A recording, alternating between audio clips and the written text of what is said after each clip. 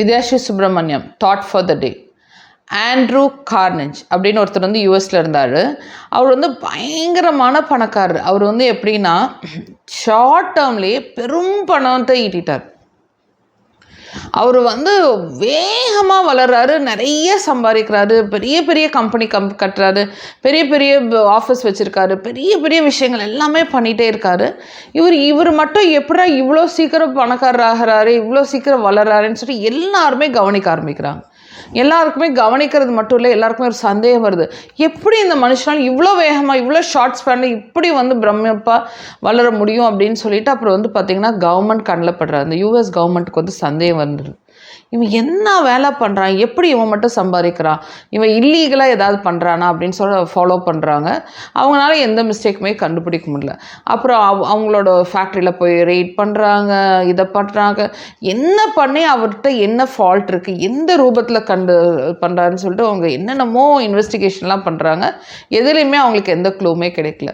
அப்புறம் ஒரு நாள் அவர் என்ன பண்ணுறாரு, அவரை வந்து கூப்பிட்டு ஓகே இன்வெஸ்டிகேட் பண்ணலாம், அவரையே நேரடியாக கேட்டுடலான்னு சொல்லிட்டு ஒரு பெரிய கமிட்டி உட்காந்து நீங்கள் எப்படி வந்து சம்பாதிக்கிறீங்க, எப்படி இவ்வளோ ஷார்ட் ஸ்பேன் உங்களுக்கு மட்டும் எப்படி இப்படி அமையுது, எல்லாருனாலையும் இது பண்ண முடியாது, நீங்கள் என்ன பண்ணுறீங்க அப்படின்னு அவர் கேட்கும்போது அவர் சொல்கிறாரு, என்னோடய வாழ்க்கையில் எனக்கு வந்து ஒரே ஒரு சிம்பிளான விஷயம் தான் நான் பண்ணுறேன்.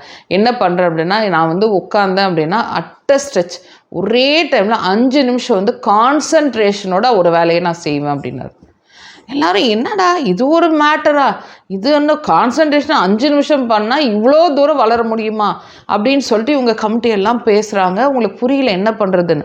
அப்புறம் வந்து இவங்க வந்து என்ன பண்ணுறாங்க, ஒவ்வொருத்தராக ஓகே நம்ம 5 நிமிஷம் ஒரு விஷயத்த கான்சன்ட்ரேட் பண்ணலாம் அப்படின்னு சொல்லிட்டு ஒவ்வொருத்தராக ட்ரை பண்ணுறாங்க. யாருனாலையுமே 5 நிமிஷம் ஒட்டுக்காக கான்சன்ட்ரேட் பண்ணி எந்த வேலையும் செய்ய முடியல. ஒரு 5 செகண்ட் 10 செகண்டில் வந்து மைண்ட் வந்து இதை நினைக்குது, அதை நினைக்குது, அதை மாற்றி நினைக்குது, இதை மாற்றி நினைக்குது. ஸோ அவங்களுக்கு வந்து ஒரு விஷயத்தை அட்டஸ்டச் பண்ண முடியலங்கிற விஷயத்துக்கு அவங்க வந்துடுறாங்க.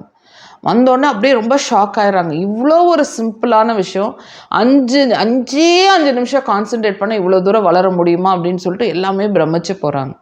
ஸோ ஃப்ரெண்ட்ஸ், நம்ம வந்து ஒரு விஷயத்துக்கு எவ்வளோ தூரம் கான்சன்ட்ரேட் பண்ணுறோம் நம்மளை பார்க்கணும். கான்சன்ட்ரேட் பண்ணல அப்படின்னா அந்த கான்சன்ட்ரேஷன் டைமை கொஞ்சம் கொஞ்சமாக நம்ம இன்க்ரீஸ் பண்ணோம் அப்படின்னா கண்டிப்பாக நம்ம வாழ்க்கையில் நம்ம சக்ஸஸ் வரும். ஓகேயா?